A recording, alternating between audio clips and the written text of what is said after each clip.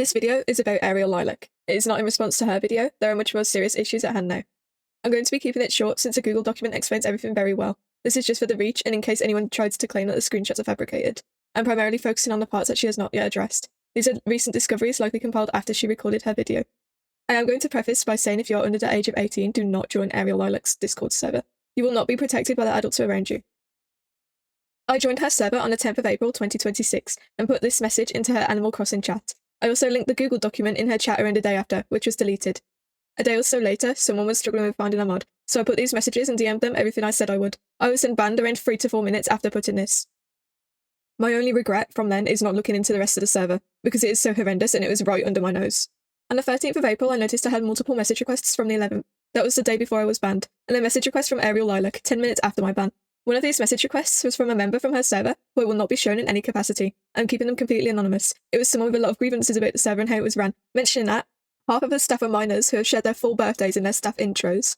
The 3DS helper role is basic modding information that could just be googled, which is putting people's consoles at risk if a malicious person gets the role, which is especially bad considering there's minors in the server, and it is possible for exploiters to hack into 3DS cameras via this Quora article. It goes without saying that aeriallilac openly promotes pirating, but having 14 to 17-year-olds in a server where their consoles could potentially be compromised due to this pirated software is downright stupid and unsafe, especially since they are more susceptible to manipulation or coercion. And again, you'll see that this is possible, like, you can hack into 3DS cameras with dodgy pirated software. There was someone with a slur as their display name, with a profile picture of a cat that looks like the Austrian painter left unmoderated for days. A moderator was contacted, but they are a minor so I will not be showing their username. They responded with, I don't know, I don't think that's a slur, and then searched the word and realised it was, and just thanked the person with no action taken.